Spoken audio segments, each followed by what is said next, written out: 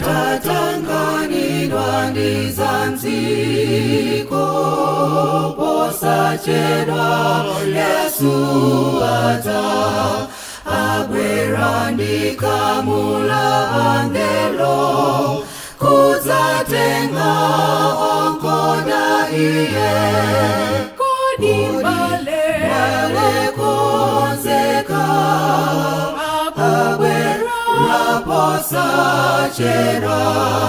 tilalike kuti adzensonga akubwera kutenga ake ndakonzeka kukalalika muchikwani mapirimo kufuna nkhosa zosocherazo akubwera kutenga ake kodibale konzeka abwera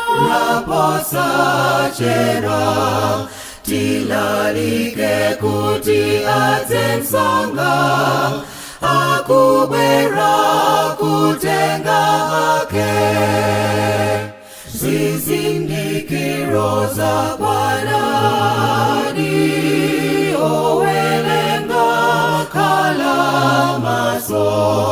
agogoda kuti alowemu mtima abwera posachedwa kodibale konzeka abwera posachedwa tilalike kuti adzensonga akubwera kutenga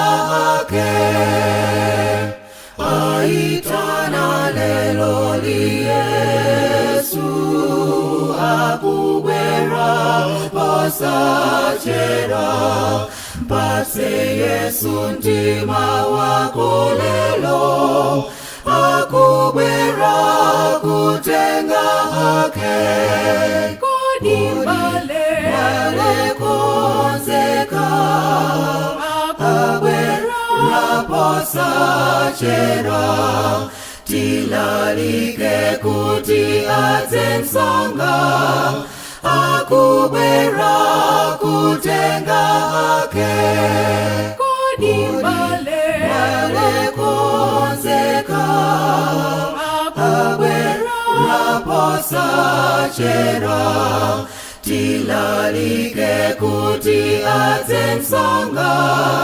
akubwera kutenga ake